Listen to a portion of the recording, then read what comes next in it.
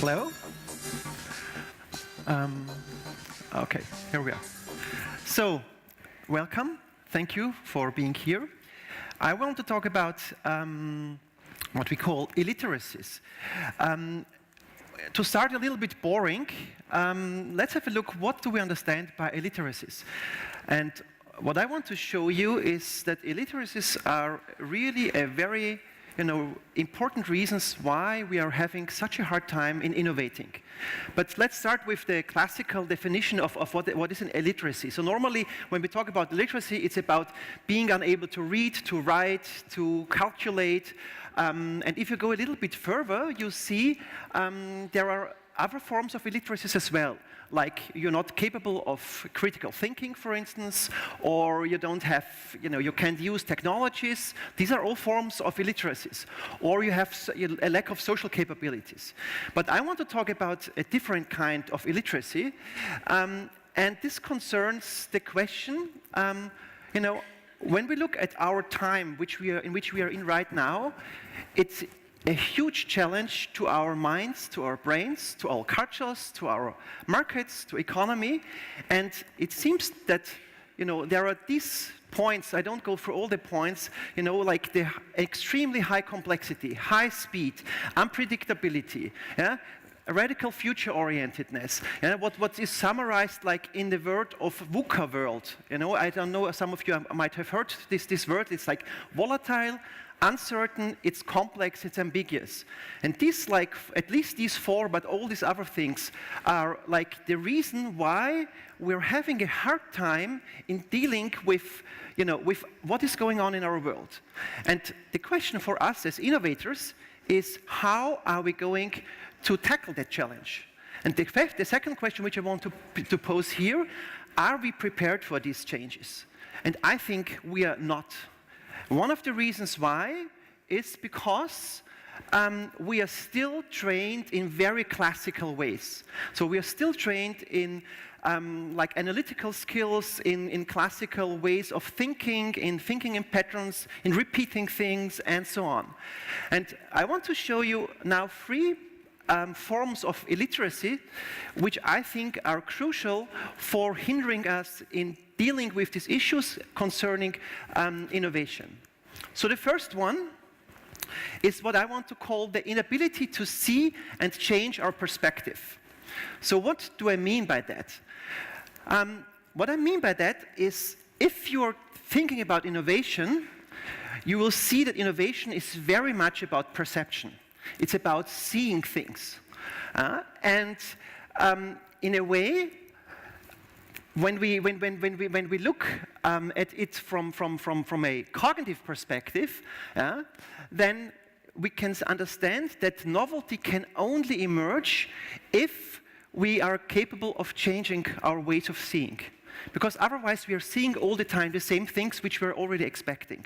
That's a neuroscience or cognitive science theory which is called predictive mind or predictive coding, and which hinders us to see novelty. And that's exactly the problem, why it is so hard to see novel things and why it is so hard to change.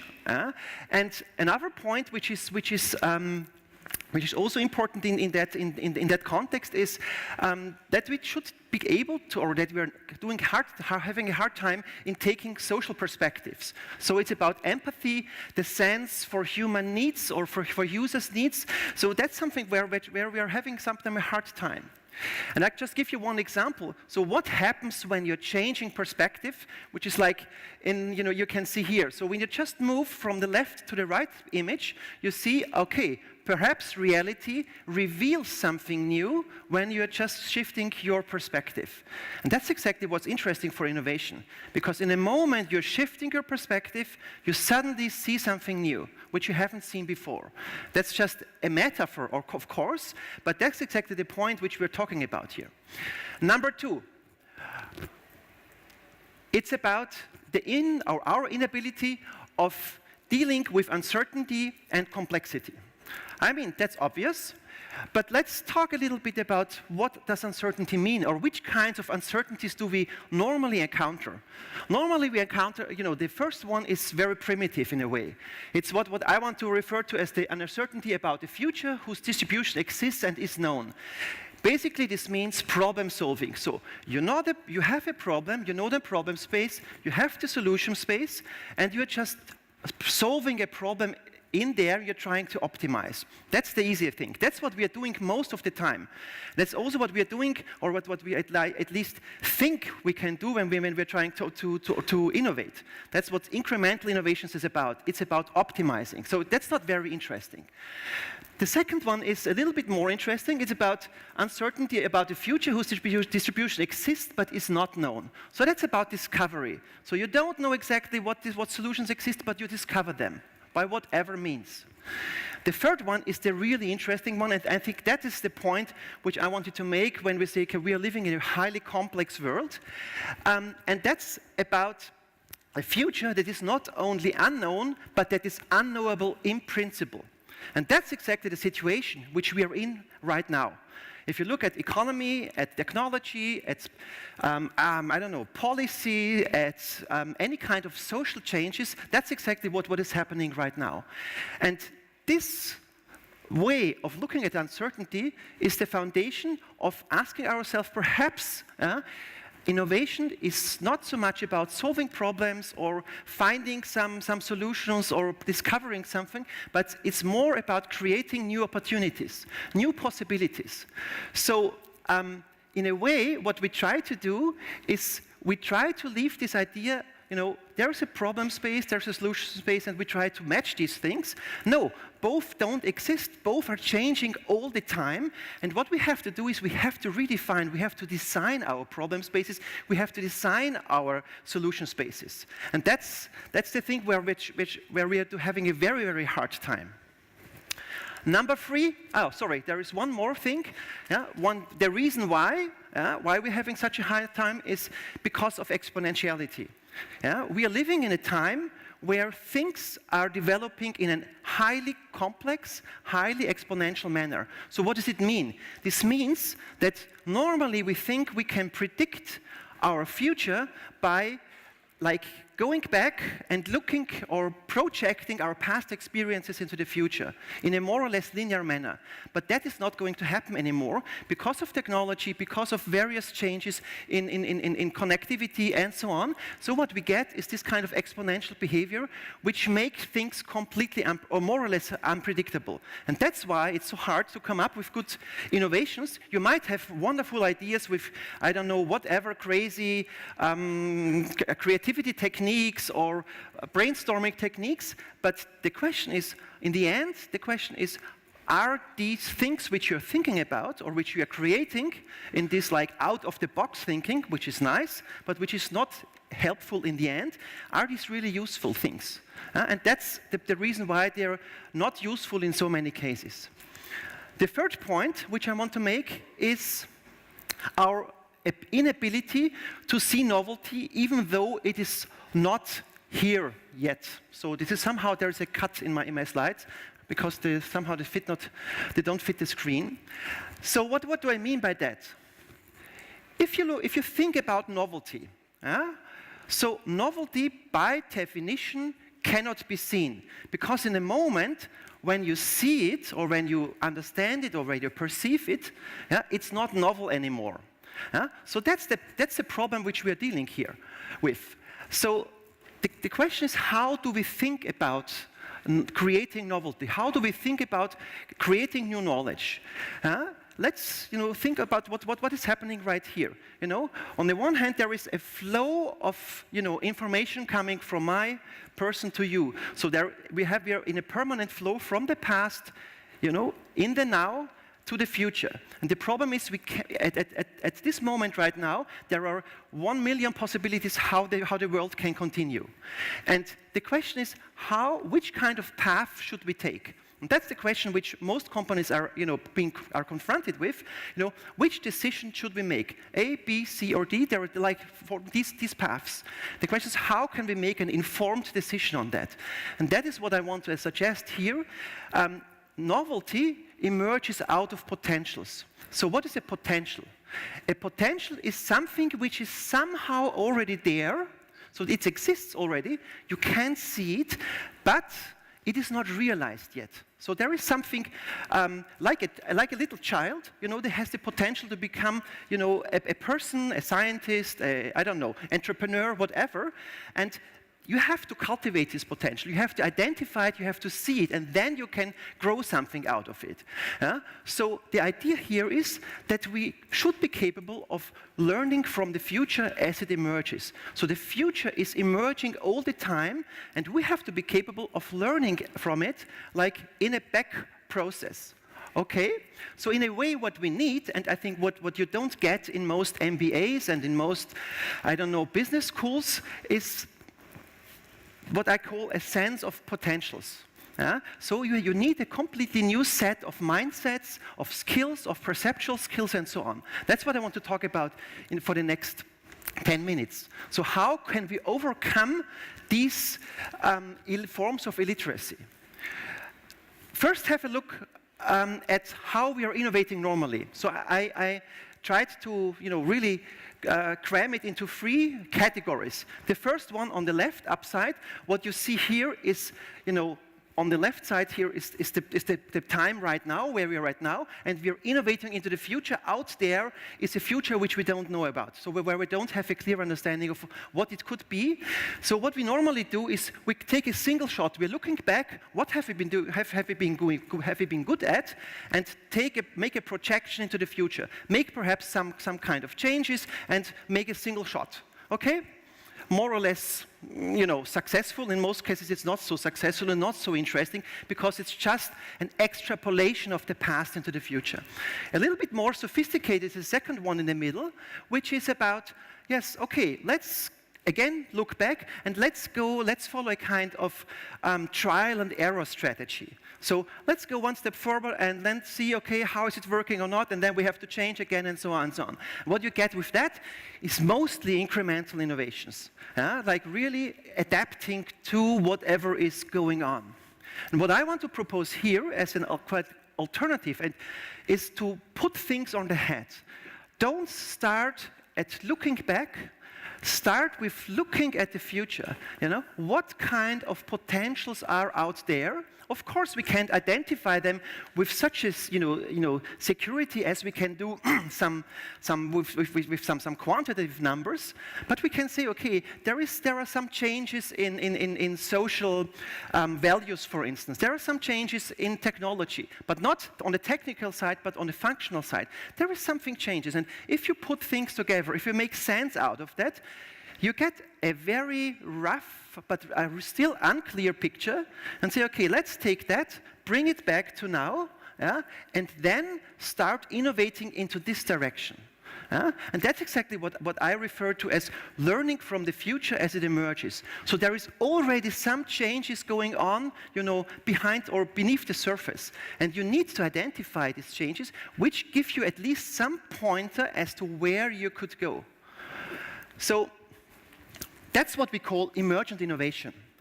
So what are the main characteristics of this, what we call emergent innovation, is to listen on the one hand, but also to learn from the future as it emerges. And put it a little bit differently, this means that you get in resonance with a thriving future. That's the point which you have to do. It's getting in resonance. And what are some principles how you could do it? So principle number 1 is learning to see. So it's overcoming actually, illiteracy number 1.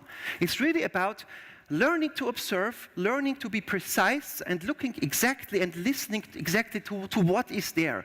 So there are many things there, and normally we only look at the surface. But what I want to suggest is really have a very close understanding of what's going on. What is reality really about?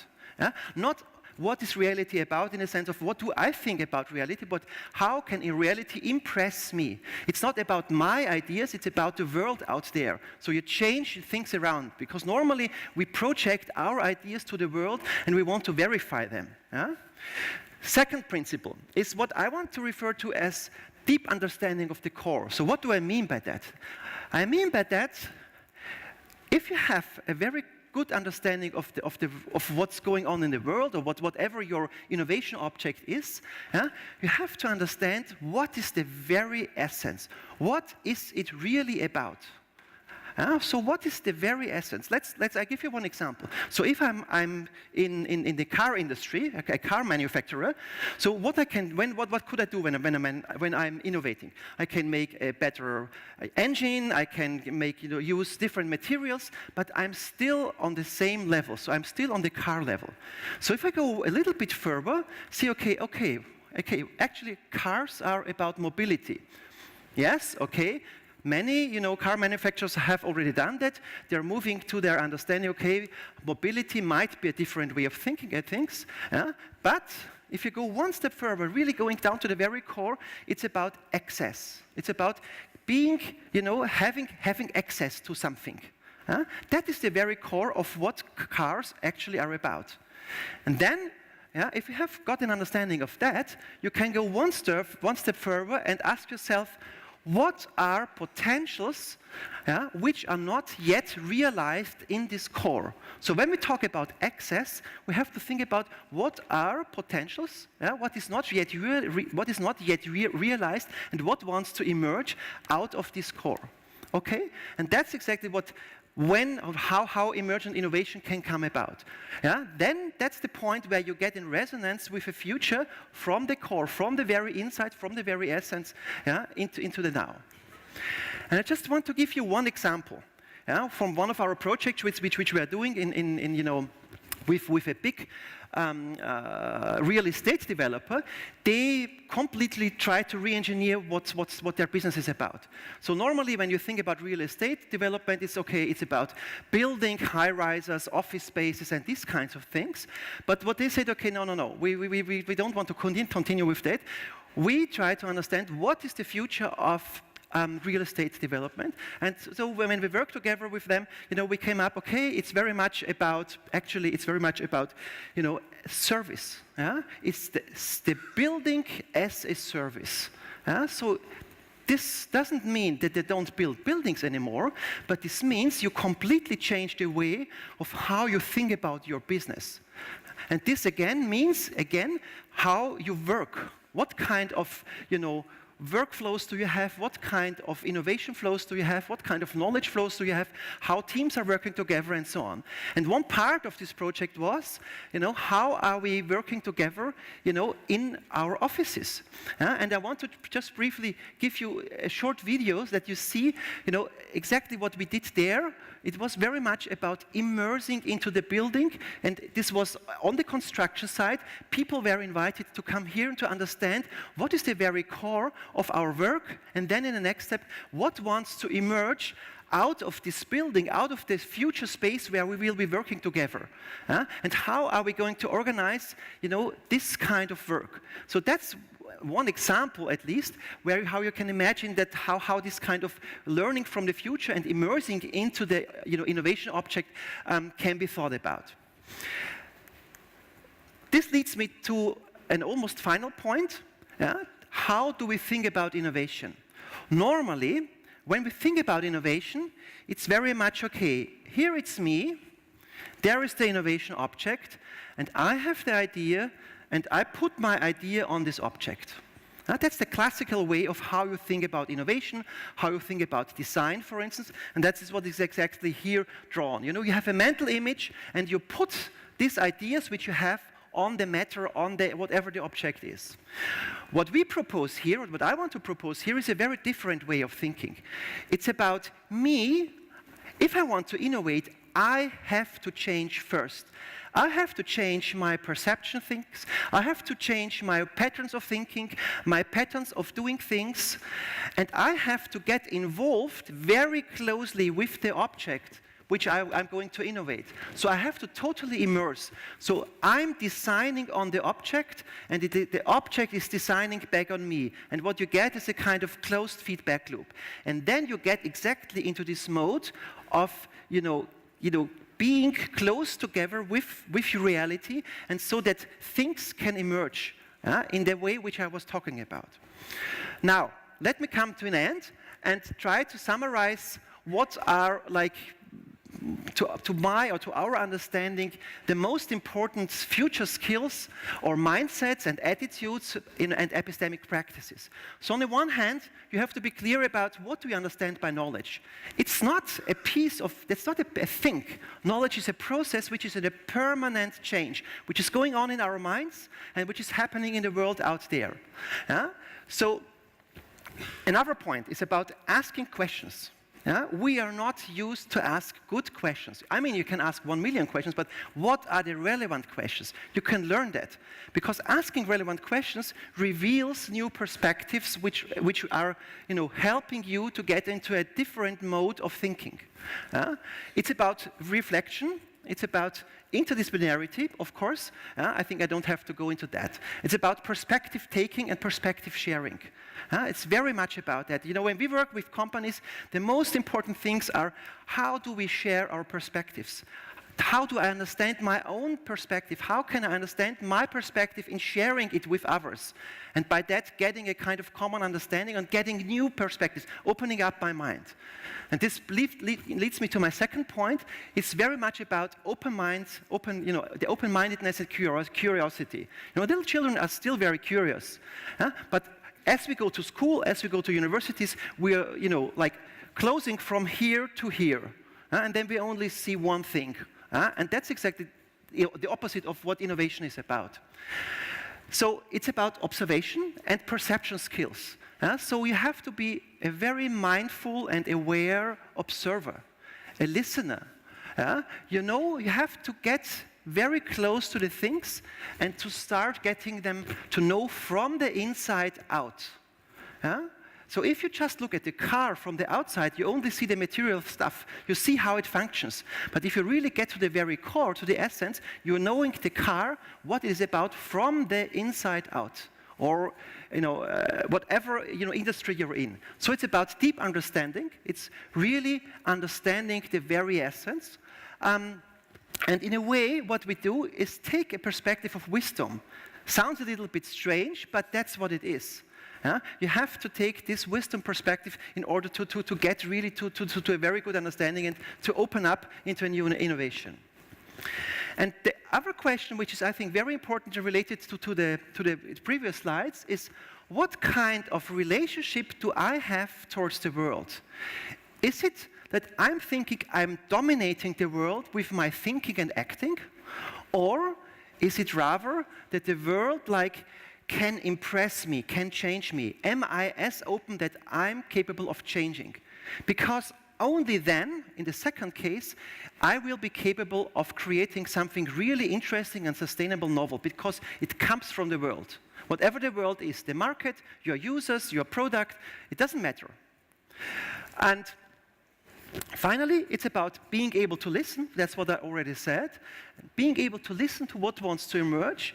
And also something which we are not used to, and that's very hard for companies, being able to wait.